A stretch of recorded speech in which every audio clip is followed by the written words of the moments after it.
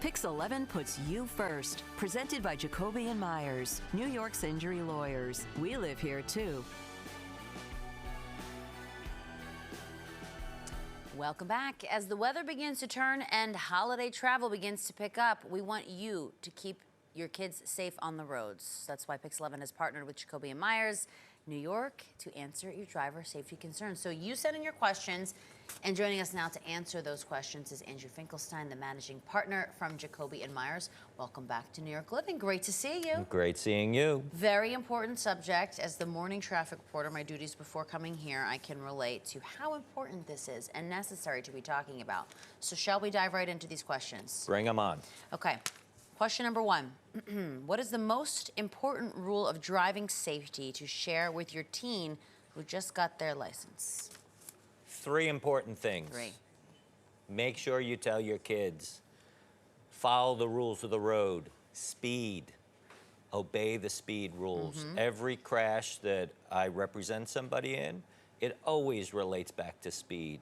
Speed takes time away from making smart decisions, and speed kills is the message you want to tell your kids. Oh, yeah. Second, wear your seatbelt. Kids, they get in the car with other kids, they don't wear their seatbelt. They trick them. Wear your seatbelt. So many injuries can be avoided by wearing that 3-point harness. Isn't that crazy to think? It's crazy that people don't wear it. It's there for a reason, folks. Yep. And the third most important, distracted driving. Oh, God, yeah. Put the phone down. Don't get rowdy with your passengers. There's a reason why there's a rule that kids can't drive with more than 2 people under the age of 21, because that's when terrible things happen. So remember those 3 things and tell your kids. And it's all avoidable from there. Absolutely. Okay, our next question was, how old do you have to be to sit in the front seat? That's a good question. I don't know if I know the answer. Kind of depends on what state you're in. Okay. So New York, 12. Really? New Jersey, 8.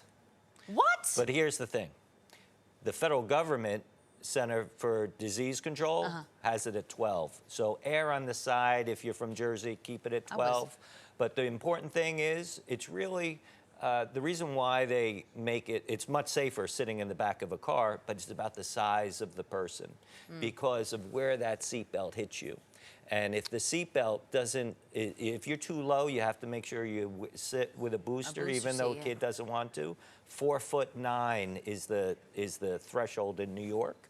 So if you're 4'9" or taller and over 12, in the front, that's no problem.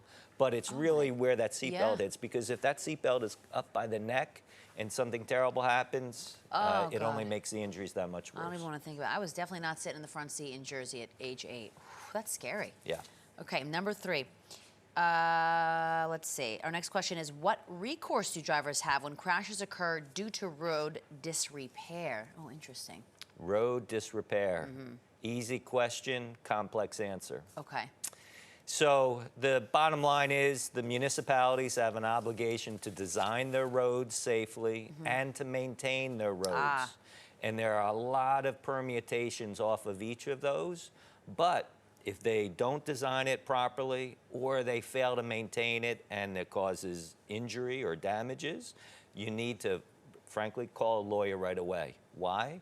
Because to pursue a claim against a municipality, there are special rules, early timing, get the police there, take photos of the location, what you think happened, and then get a lawyer involved. Okay. Our last question for the day. What should you do if you see another driver on the road driving recklessly? Well, it's pretty simple. Don't engage the rage. Oh, there we go. Right? Engaging the rage only escalates things. You see somebody driving recklessly, somebody's on your tail, let them by. When you get into your car, you have no concept that somebody is going to be driving crazy and really annoying you. Don't let it distract you from what you need to do, is just to get to your location safely. Don't take these diversions and suddenly become responsible.